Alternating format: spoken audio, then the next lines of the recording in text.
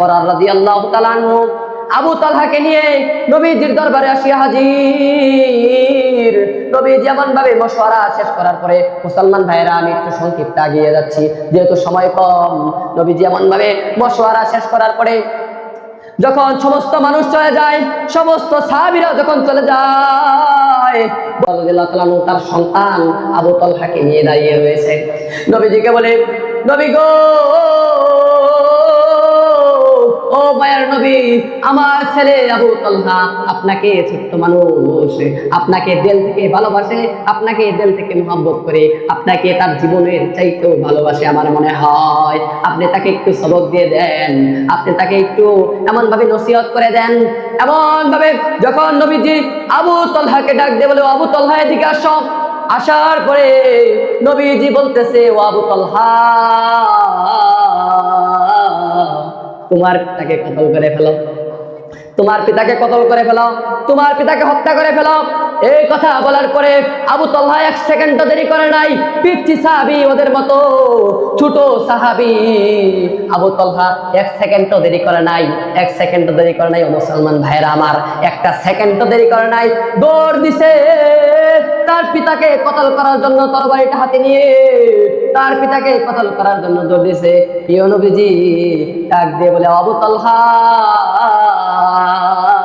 এদিকে আয়, তোর দ্বারা তোর পিতার কতল হোক, তোর দ্বারা তোর পিতার ক্ষতি হোক, এটা আমি চাই না।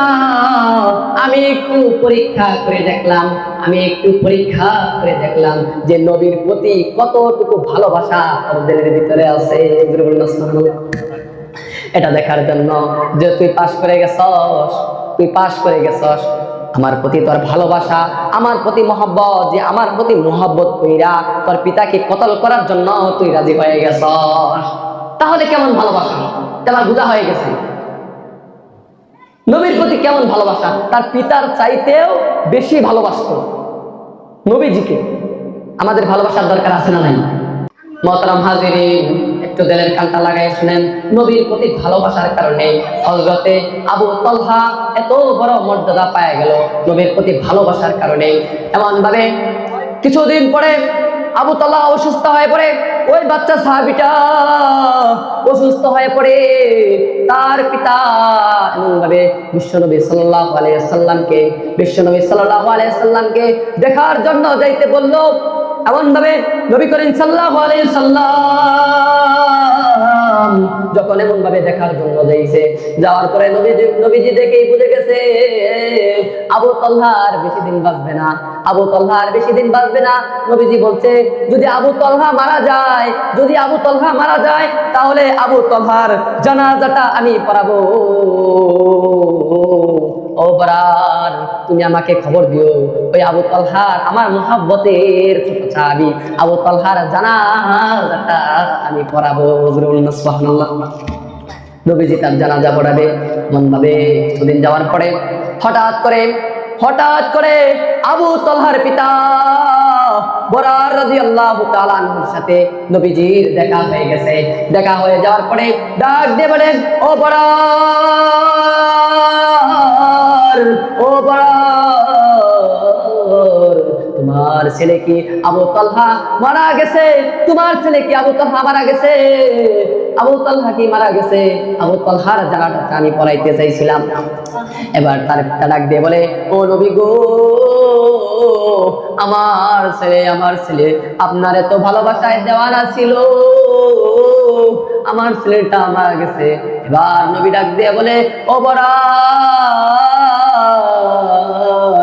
ও বরার, ও বরার, তোমার ছেলে আমাকে এত ভালোবাসতো, তোমার ছেলে আমাকে এমন ভাবে এত ভালোবাসতো, আমাকে দিল থেকে মহব্বত করতো, তোমার ছেলের জানাজাটা আমি পড়াইতে চাইছিলাম, তুমি আমাকে কেন খবর দাও নাই? তোমার ছেলের জানাজাটা আমি পড়াইতে চাইছিলাম। এবার ডাক দিয়ে বলে, নবী গো,